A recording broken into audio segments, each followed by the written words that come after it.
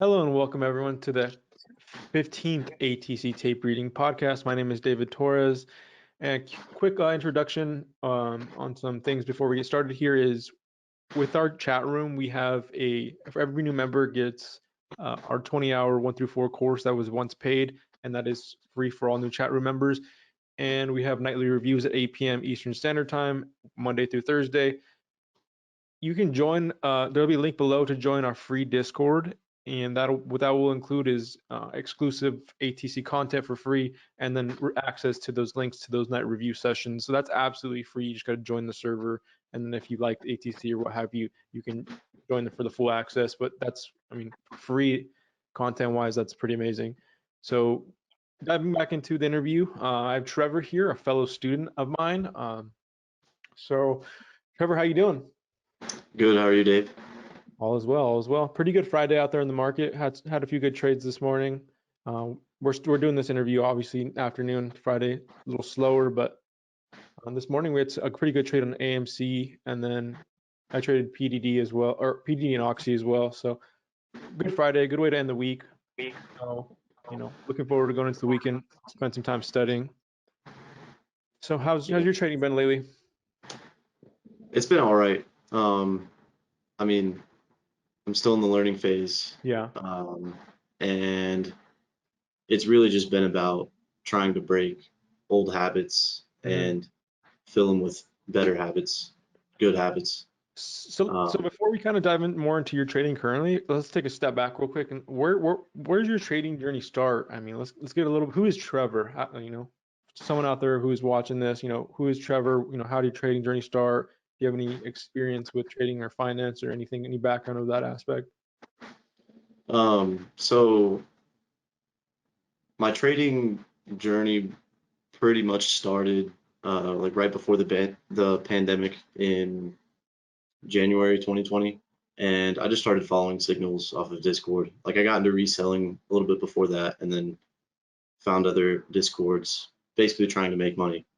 And with the trading, I saw that it was a lot bigger of an opportunity. You could turn a small amount of money into a big amount with options, and so that was my goal for a couple of months. Um, and then when March came around and the market started acting different, basically, a lot of people's processes stopped working. And so I was still taking their signals and losing money. And at that point, I was like, okay, well, I'll just trade on my own, right? I know enough. Um, and in a week, blew up all of my trading accounts. And the same week, I had to move back with my parents because of the pandemic. Like the school basically kicked us out. So I didn't have a job either. I had no money, but I just saw like the opportunity, and I could tell that because some people were able to make money in the market, I could too. And that's where I started to like want to learn more about how to be a trader Yeah, and really set like the big goal of I am going to day trade.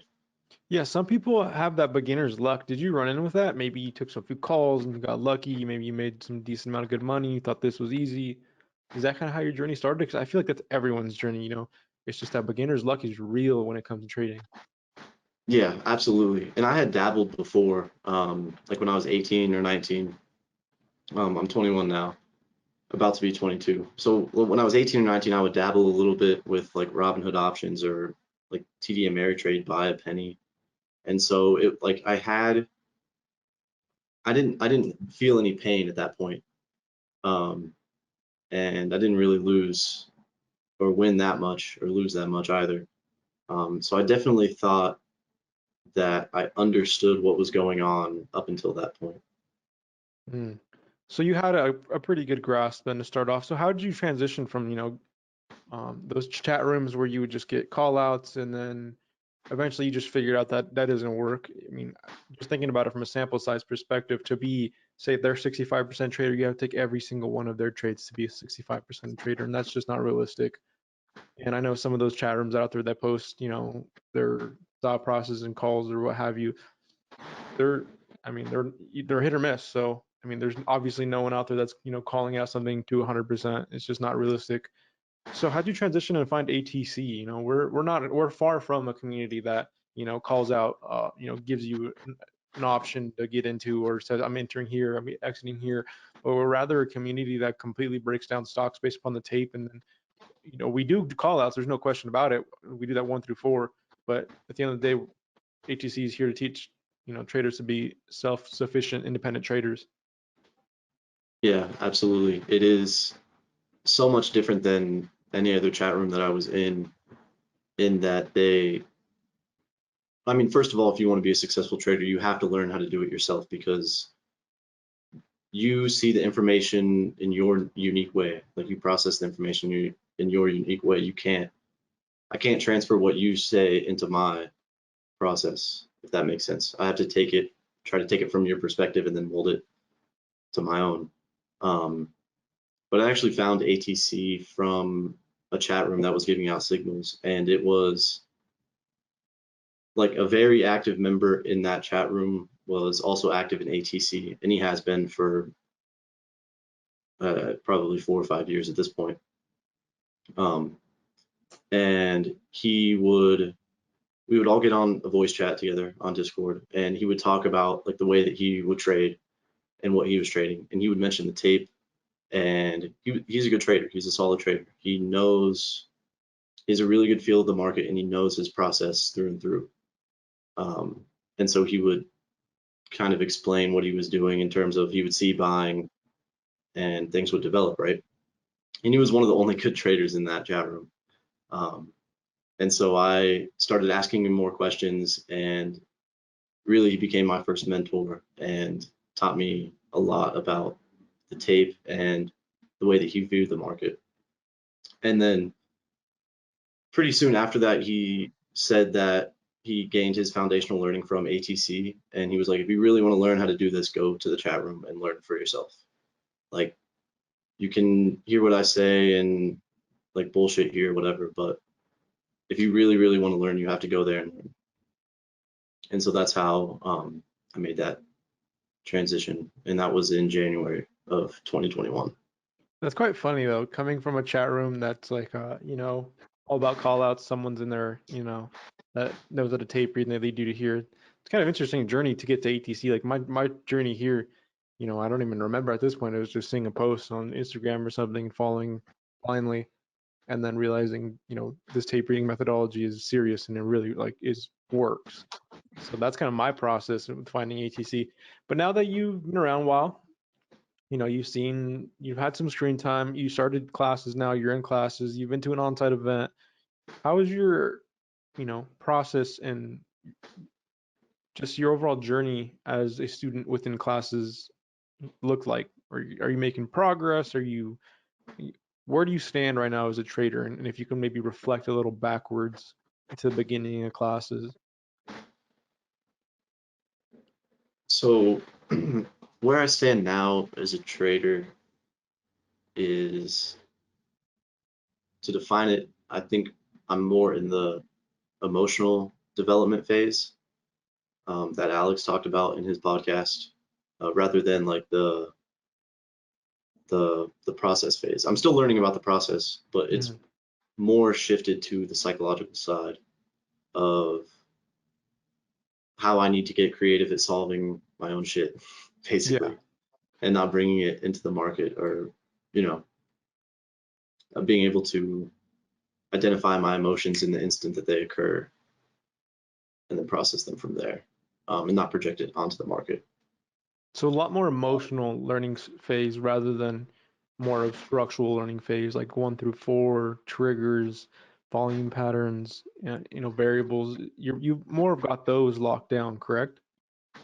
Yeah, exactly. And I can, after a trade has happened, even a few minutes after, I can go back, scroll back through the tape, look at the chart and be like, okay, I should have done this and this. Why didn't I do that? And almost always it's because of some psychological thing that I usually want to happen. Keyword want. We're supposed to follow someone on the tape. We're not supposed to want and project onto the market. But classes, the onsite really helped most by far. I mean, it was almost night and day, and it took me about a week and a half to like really process the information, um, and get it like through. It was kind of difficult to trade after the first week, just because there was so much that you learn in such a short amount of time. Um, and really, it's just the in-person experience is incredible. Yeah, to test to that in-person experience is quite different for whatever reason when you're in person than it is, through a Zoom call for classes. For whatever reason, we're sitting amongst two phenomenal traders. And at that point, it was Doug and Rich, very seasoned veteran traders that have seen everything, been through it all. And I think that it attests to the trading facts, and as a tape reader, you can't skip phases. Like you're in the phase where it's emotional, and I've been through that phase as well. And I think what develops really phenomenal traders and to become to that elite status is going through those periods. It's not that you're a failure or that you shouldn't be having those. I think it's very valid to have that emotional state and period, but what are you doing to progress through that emotional state to the other side of things where you become a pretty much calculator where you're making calculations and you're analyzing percentages and you're clicking the button and you're just playing things out and based upon the tape and the prints, and you're allowing things to play out rather than getting emotional and being less process oriented and more emotional and reactionary.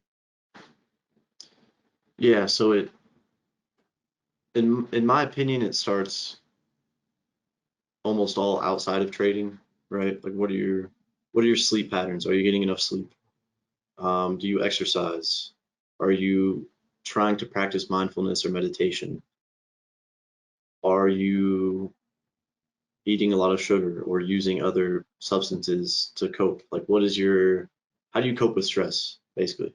Because while we're trading, I mean, whether we admit it or not, it's a very stressful activity, especially in the learning phase and the emotional development phase. So supporting yourself as much as you can outside of trading to come to the desk with a clear mind in the morning is just a foundational thing that you need.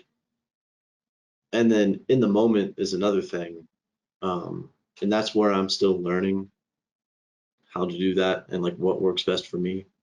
Uh, Journaling is a big thing. You have to journal everything, personal feelings and trades as well. Um, and then feelings as you trade, multiple journals. Um, and just telling yourself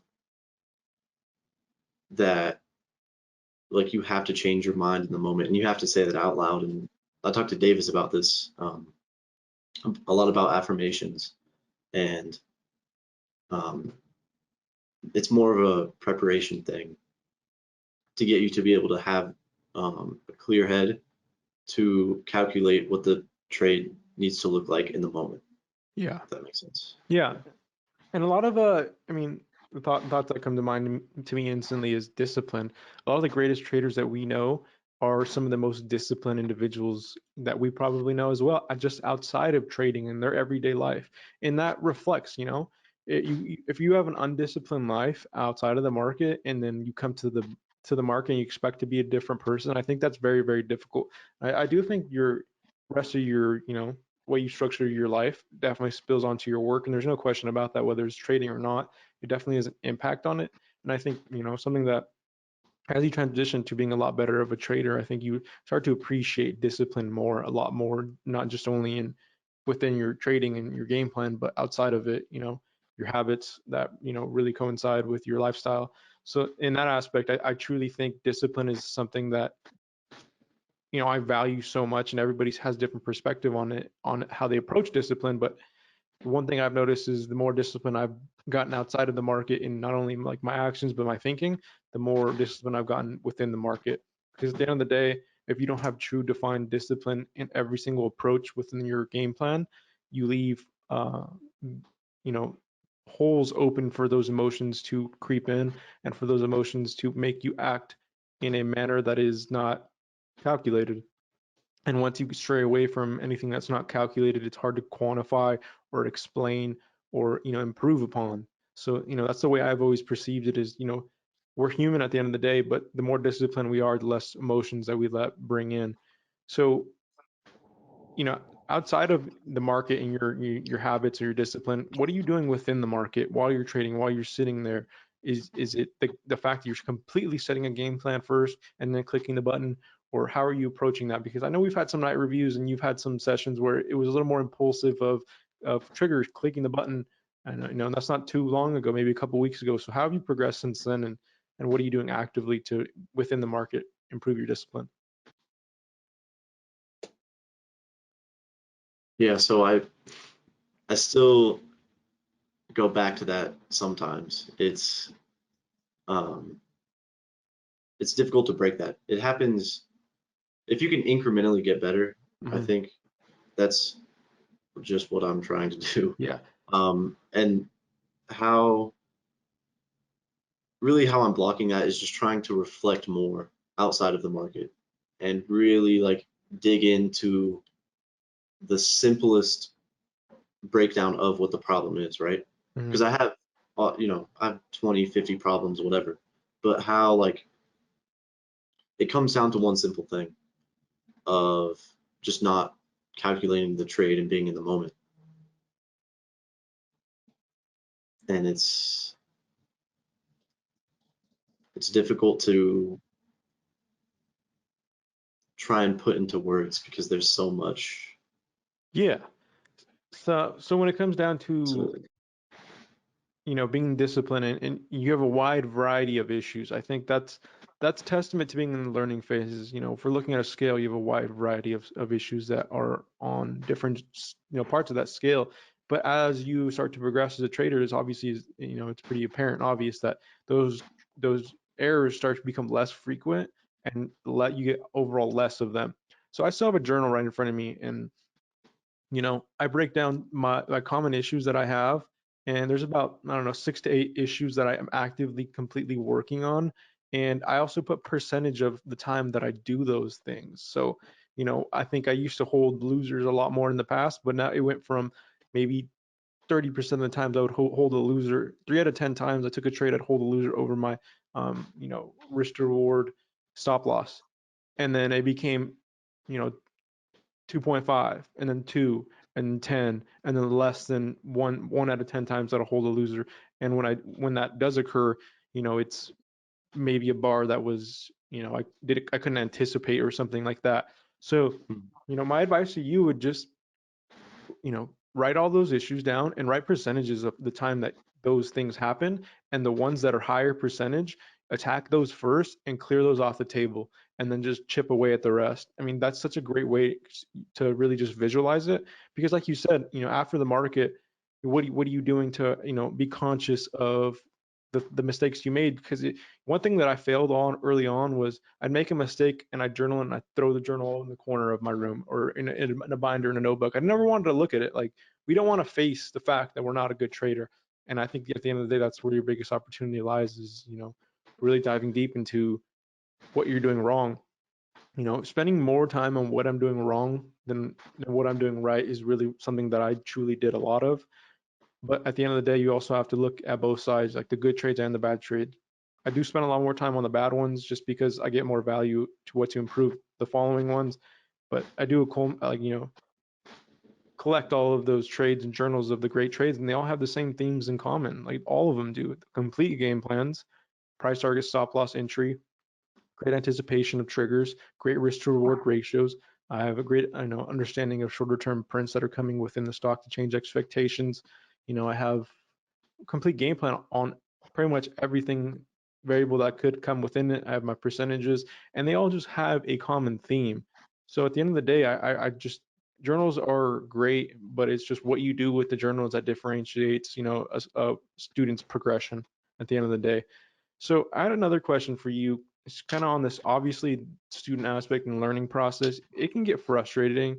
You can have, and not just like the fact that, you're in the market, you're frustrated with your process or what have you. I mean, I don't know how many times I sat at the end of the day at my computer and I just felt defeated. And the market doesn't care how, smart you are, how intellectual you are, doesn't care about your IQ. At the end of the day, I mean, it doesn't discriminate against anyone. And I've had so many days where I sat there just in frustration and just didn't know what to do. So how are you dealing with frustration, self-doubt? We already kind of hit a little bit on the emotional aspect, and you said journals was a lot more of the aspect you're working on and defining everything and being more conscious about it. But what about the frustration and self-doubt aspect of it? Because in the learning phase, there's no question that it's going to approach. Yeah, I think the first step is to define if you want to trade or not, right? Because you only fail if you give up. That's, I mean, eventually I'm going to get this, it's going to click, or however, you know, the consistency will come about, which is through the incremental progress. The journals is the next step for me. Um, but really saying like I'm still gonna show up tomorrow, right? Like I can be pissed about it today and break monitors or whatever, but I'm just gonna keep trying. Like it's like the illusion of choice example that Alex brought up, where it's I have no choice but to pursue this path. Um, and building a healthy lifestyle around it, like you said, um, keeping up those healthy habits outside of trading will just help you become a more well-rounded person in general. Yeah, Um, I it's I think there's for me journaling. such a big difference in will and want. Like you said, like what's your why behind it? Why are you approaching this? Why do you want to be a successful trader? There's such a big difference between I want and I will. I started off this game because I wanted to make money. I wanted to be a trader. I wanted to, have this lifestyle of freedom. And then it quickly, as I progressed, I went from the word want and trading were not in the same sentence with my vocabulary. It's I will, and that's just it. And that's what it came Yeah, down to, is just that faith you have in yourself to really get this down, because you have everything around you that you need. You have great mentors, you have great teacher and Rich, you have great veteran traders that are always willing to give their insight. You have 8 p.m. night shift reviews. I mean, the resources you have at the fingertips for the tape reading are, some people wish they actually they had that. So you have all the resources there. But a big thing is, Rich always talks about your why and why are you doing this, and I think ultimately that'll make you continue to be able to improve to get to where you want to be. But for me, my want turned into I will, and that's what changed everything for me. yeah, and I've been saying that since the beginning. I will figure this out, and it's not about. I mean, of course, it's kind of about the money. A big part of it is about the money, but in the moment, it's about figuring out what the fuck's going on, right? Yeah, Like being able to, at least at this point for me, like I've seen so much of the information and I can understand it in hindsight. And now it's like I just the goal is to process it in the moment. yeah. So it's all process oriented, right? I mean, the better you are at the process, the outcome is just going to follow suit. And Doug, give a very good example of that at onsite, just how process we have to be instead of outcome based. And I think that's what differentiates traders ultimately at the end of the day, and longevity of things is, how does their process look, and how does their mindset and thoughts around process look rather than outcome focused. And that's such a huge one. Absolutely. It takes out the thinking, first of all, if you're focused on the process. And it also takes out the desire because you're not focused on the outcome. Yeah. You're focused on the process. And so it just makes it into a game so much more. And that's happened. I'm able to trade that way, but I'm not able to trade that way all the time to You where see it's glimpses of it, right? like riding the bike. Right. Yeah. I still like, I just fall over a lot on the bike, if that makes sense. Yeah, Every once no, in a while, I can get a good line going, but no, that's the thing, is that's what keeps you here, right? It's just you create the game plan, the process. You have that one trade where everything is dialed into the T and the processes, and you just hit it, and it's just a perfect trade. And that's what you strive to get consistently and have consistently. But as a newer student, developing that consistency is difficult because you're always going to fall back on bad habits, and the way I truly believe that you need to approach that is just being so conscious of the percent of times that you do things. So if cutting your loser is one of the things that you do, you can, I mean, you hold every 10 trades you take, you hold 6 losers, then at the end of the day, your process is never going to work because, the foundation of the process is cutting your losers. So, I truly think looking at everything in terms of percentage, even in the percentage of the mistakes you make, and then just, really narrowing those down, because I can look at my, you know, uh, chart of progression, so to say, and it's never been linear. It never has. It's never been a straight line up. It's had drastic dips, and within those drastic dips, I have noticed patterns, whether, that present themselves, and those patterns are not cutting losers, adding to a losing trade, chart trading, what have you. There's a variety of issues that can come about. But if you look at a chart and you look at, the stages of a student, it's not going to be a linear chart. You're going to have some swings, but the overall goal is to be able to get to that consistency where you have those swings are, they don't deviate from the mean as much as they did previously. So kind of, here to wrap things up, kind of a last question for you to use as a reflection, more as like a journal entry for you. Maybe we can look back upon this in a further later time for a podcast, maybe a second one down the road. Is what is your biggest area of opportunity right within your trading right now, and where do you see yourself in? What's the next step for yourself to get to that next stage? I know we kind of went about emotions and being emotional, but define it a little more. Is like what's the next, how do you overcome this obstacle, and what do you see as a next obstacle to get to where you want to be? Because I mean, I feel like just talking emotions, it's a little up, it's a little broad, but just kind of use Yeah, this journal entry for the trader you are right now, for you to look back on and be like, I made that progress, and that was the thing that I needed to work on to get to where I needed to be. yeah. Through this conversation and remembering previous conversations and night shifts, I think it's really quantifying what my mistakes are, and like you said, assigning a percentage to that. And the higher percent of time I do it, the more I focus on it because it's a bigger problem. I've never really, and this is what I've always struggled with as a trader from the very beginning, was creating my own game plan and following that game plan, creating it in the first place, right? So such a big part of me outside of trading is being an impulsive person, and it's um it's crazy how like ingrained that is in my brain, just to act that way and to react really to everything around me. So quantifying the data that I have as a trader, putting those numbers in front of me and then interpreting those numbers, I think is the next big step for me to take. And Well, I think, sorry to cut you off there, but it also comes down to the story, right? Those numbers are a story. exactly, being able to see the trend and understand, like you said, it at this time I traded this way, these were my mistakes, but how does that compare to the week before when you traded well?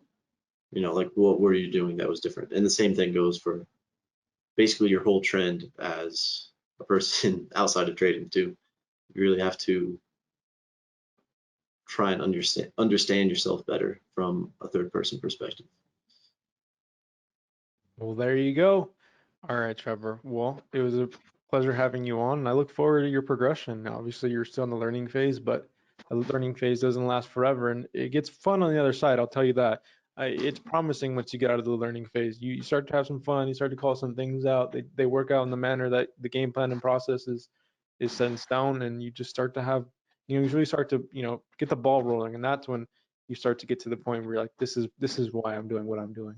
It pays off. So stick to it, keep learning, keep bringing journals, content, questions, and just stay focused.